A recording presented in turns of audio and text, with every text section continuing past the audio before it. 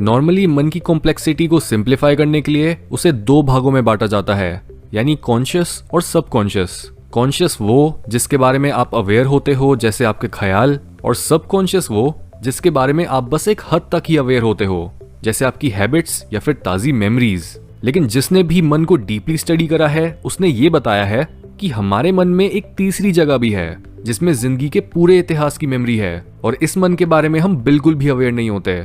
इसे बोलते हैं अनकॉन्शियस माइंड। अनकॉन्शियस इसलिए क्योंकि ये हमारी अवेयरनेस के नीचे काम करता है, और वो हमारा अनकॉन्शियस माइंड ही होता है जो हमारी पर्सनैलिटी को शेप देता है। हर मेंटल प्रोसेस जो ऑटोमेटिकली चल रहा होता है उसका संबंध अनकॉन्शियस माइंड से ही होता है। इसलिए अनकॉन्शियस माइंड को और डीपली स्टडी करने के लिए और खुद को इस रेयर टॉपिक के बारे में एजुकेट करने के लिए अब बात करते हैं इसके कई फैक्ट्स की। Fact number 1, unconscious mind is timeless. Time जो होता है वो पास्ट और फ्यूचर में एग्जिस्ट करता है। इवन जब आप एक घड़ी में टाइम को देखते हो तब जैसे ही आप प्रेजेंट टाइम को पकड़ने की कोशिश करते हो वैसे ही वो पास्ट बन जाता है, क्योंकि प्रेजेंट टाइमलेस होता है। और एग्जैक्टली यही नेचर होती है हमारे अनकॉन्शियस माइंड की। उसमें पास्ट, प्रेजेंट और फ्यूचर साथ में हो रहे होते हैं। इसलिए जब भी हमें बोला जाता है कि प्रेजेंट में रहो तब उसका मतलब ये होता है कि अपने अनकॉन्शियस माइंड के बारे में अवेयर हो जाओ। भूलो मत कि एक एग्जिस्टेंस ऐसी भी है जो समय और जगह के परे होती है। ये बहुत अलग चीज है हमारे कॉन्शियस माइंड से, जो कि बस पास्ट की इंफॉर्मेशन पर काम करता है। यानी जो कुछ भी आपने बड़े होते हुए सुना, देखा या पढ़ा, सिर्फ उस इंफॉर्मेशन के ही कुछ हिस्से आपके कॉन्शियस माइंड की रीच में होते हैं। Fact number 2, thoughts are born out of the unconscious. Conscious और सबकॉन्शियस एक तरह के कंप्यूटर प्रोसेसर की तरह काम करते हैं। यानी आप जो भी डेटा उन्हें दोगे वो बस उसी के साथ खेल सकते हैं और उन्हीं को तोड़ मरोड़ कर कुछ नया बनाने की कोशिश कर सकते हैं। लेकिन अनकॉन्शियस माइंड कंप्यूटर प्रोसेसर की तरह नहीं बल्कि इंटरनेट की तरह होता है, जिसमें जाकर आप नई नई चीजें डिस्कवर कर सकते हो। जिस तरह से आप एक सर्च इंजन में अपना कोई क्वेश्चन लिखते हो और आपको उसका आंसर मिलता है, वैसे ही आप अपने अनकॉन्शियस माइंड से भी कोई भी क्वेश्चन पूछ सकते हो और आपको उसका आंसर सपनों या फिर इंट्यूशन के रूप में मिलता है। इवन अगर आप कोई क्वेश्चन नहीं भी पूछते तब भी आपका अनकॉन्शियस माइंड एक एल्गोरिदम की तरह आपको जरूरत के मुताबिक कुछ ना कुछ इंसाइट ऑफर कर ही रहा होता है।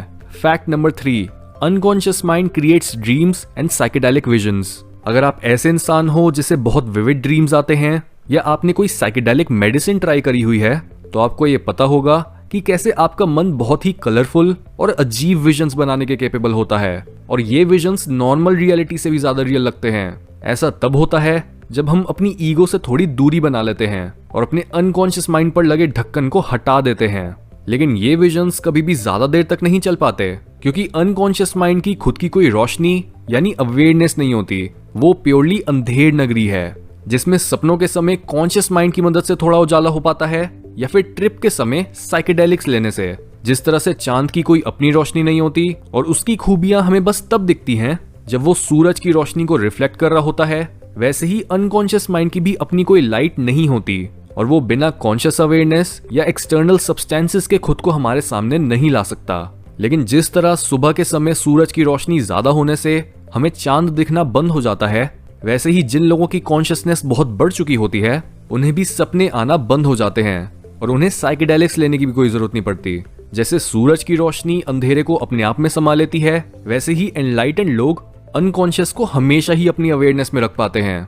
Fact number 4, spirit guides are psychic archetypes. आपको ये इन्फॉर्मेशन किसी भी बुक में नहीं मिलेगी, क्योंकि ये मेरी पर्सनल रियलाइजेशन है। बहुत से लोगों के सपनों में बात करने वाले जानवर या कई ऐसे लोग आते हैं जो उन्हें एक स्टोरी या ड्रामा के थ्रू कुछ समझा रहे होते हैं। और अगर आपको ये ऑलरेडी नहीं पता तो मैं बता दूं कि कई लोग ऐसे भी होते हैं जो अपने विजन्स में आए इन कैरेक्टर्स से बात भी कर सकते हैं और उनकी विजडम उनसे डायरेक्टली मांग सकते हैं, जिस तरह से एक शिष्य अपने गुरु से ज्ञान मांगता है।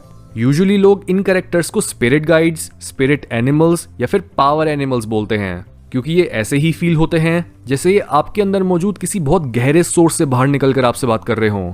और इन एनिमल्स या गाइड्स की विजडम आपकी लाइफ में एकदम सही काम करती है। लेकिन ये गाइड्स किसी मेटाफिजिकल और सुपरनैचुरल चीज की तरफ इशारा नहीं करते, बल्कि ये हमारी साइकी की गहराइयों में मौजूद आर्केटाइप्स होते हैं। हर जानवर, इंसान और कैरेक्टर दुनिया को एक अलग तरह से देखता है, जिस वजह से एक नॉर्मल इंसान की साइकी की डेप्थ में उन सारे जानवरों की थिंकिंग पावर है जो एवोल्यूशन से गुजरते हुए अनकॉन्शियस माइंड में छनी रह गई। हम सोचते हैं कि जानवरों में कोई इंटेलिजेंस नहीं होती, क्योंकि अनलाइक ह्यूमंस जानवरों का कॉन्शियस माइंड उतना डेवलप्ड नहीं होता और वो बस अनकॉन्शियसली एक्ट कर रहे होते हैं। लेकिन उनका यही अनकॉन्शियस गाइड उन्हें एक सेट ऑफ एक्शंस और एक पर्टिकुलर तरह के वे ऑफ लिविंग के अकॉर्डिंग जीने को बोलता है। एक फिश को अनकॉन्शियसली गाइडेंस मिलती है छोटे मोटे इंसेक्ट्स खाने और बड़ी फिशेस से बचने की। एक ईगल को अनकॉन्शियसली अर्ज आती है सबसे ऊपर उड़ने और ऊंचाई से अपने शिकार को ढूंढने की। और ऐसे ही हर जानवर की अपनी अलग विजडम होती है, जिसे ऑब्जर्व करके या अनकॉन्शियसली एक्सेस करके हम भी उस विजडम को अपनी लाइफ में अप्लाई कर सकते हैं। सिमिलरली कई आर्किटाइप्स नॉन लिविंग भी होते हैं, जो हमारी साइकी में बस उन्हें ऑब्जर्व करने से ही आ गए, जैसे पानी, पहाड़, पत्थर या आग। यही रीजन है कि क्यों एक ऐसा इंसान जिसे सच की प्यास लगी होती है, उसे हर पत्थर और हर पत्ते पर ही ज्ञान लिखा हुआ दिखने लगता है। वो हर चीज को ऐसे ट्रीट करता है जैसे उसमें एक स्पिरिट हो। यही रीजन है कि क्यों बहुत से कल्चर्स में लोगों को नॉन लिविंग थिंग्स के आगे भी झुकना सिखाया जाता है, ताकि वो अपना घमंड छोड़कर जो नॉलेज अनकॉन्शियस और अननोटिस पड़ी है उसे हासिल कर सकें। Fact number 5, all your potential is unconscious. Normally चीजों को आसान रखने के लिए ये बोला जाता है कि आपका सबकॉन्शियस माइंड सबसे ज्यादा पावरफुल है, लेकिन सबकॉन्शियस माइंड में अपनी कोई इंटेलिजेंस नहीं होती।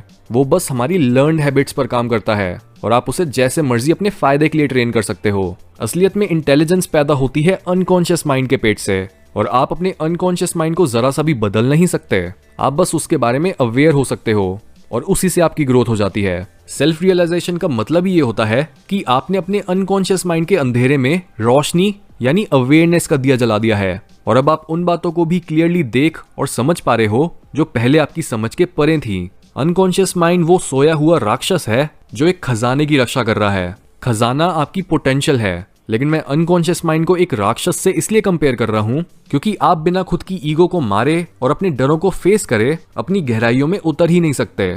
आपकी ईगो आपके अनकॉन्शियस माइंड तक जाने का सबसे पहला दरवाजा होती है, और जब तक ये ईगो का दरवाजा किसी ट्रॉमेटिक इवेंट, ऑब्जर्वेशन या मेडिटेशन से नहीं टूटता, तब तक आप अपनी पोटेंशियल से बहुत दूर रहते हो। इवन अपनी ईगो के पार जाने पर भी आप अनकॉन्शियस माइंड के अंधेरे में होते हो, और अगर आपकी कॉन्शियस अवेयरनेस बहुत कम है तो आप इस अंधेरे को खुद ही अपने सबसे डरावने ख्यालों से भर देते हो। सिंपल वर्ड्स में बोलें तो आप अपनी पोटेंशियल तब तक नहीं रीच कर सकते जब तक आप अपने अंदर जाकर अपने डरों को फेस नहीं करते और अपनी अवेयरनेस बढ़ाकर जिंदगी के सच को नहीं जान लेते। Fact number 6, unconscious mind lives and thinks in stories. क्या आपने कभी सोचा है कि क्यों आपके सारे सपने कोई सेंस नहीं बनाते, या क्यों हमें पोइट्री, मूवीज, गाने या मुहावरे इतने ज्यादा अच्छे लगते हैं? ये इसलिए होता है क्योंकि हमारा अनकॉन्शियस माइंड हमें कंटिन्यूअसली उन चीजों की इंफॉर्मेशन देने की कोशिश कर रहा होता है जो हमारी करंट अंडरस्टैंडिंग के परे होती हैं, और इसलिए उसे स्टोरीज या फिर मेटाफर्स में बात करना पड़ता है। अगर ये फैक्ट सच नहीं होता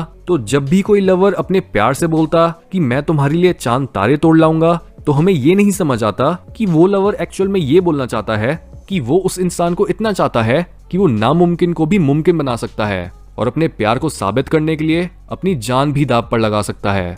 हर कहानी, गाना या मुहावरा हमें तभी सही लगता है जब वो हमारे अनकॉन्शियस माइंड के इस रूल को फॉलो करता है। यही रीजन है कि क्यों जो मूवीज सुपर हिट हो जाती हैं, वो भी बस इंसान के कलेक्टिव अनकॉन्शियस माइंड की शाश्वत बातों को हमारे कॉन्शियस माइंड तक पहुंचा रही होती हैं। इसी वजह से कहानियां हमारी पर्सनल ग्रोथ के लिए बहुत जरूरी होती हैं। और जैसा कि कार्ल युंग ने एक बार बोला था कि हमारी गहराइयों में एक जंगल है, हम उसे अनकॉन्शियस बोलते हैं क्योंकि हम उसे पूरी तरह से कंट्रोल नहीं कर सकते और ना ही हम उसके कंटेंट्स को बदल सकते हैं। कलेक्टिव अनकॉन्शियस एक प्राकृतिक जगह है जिससे वाकिफ होकर हम डायरेक्टली लाइफ के सोर्स के टच में आ सकते हैं।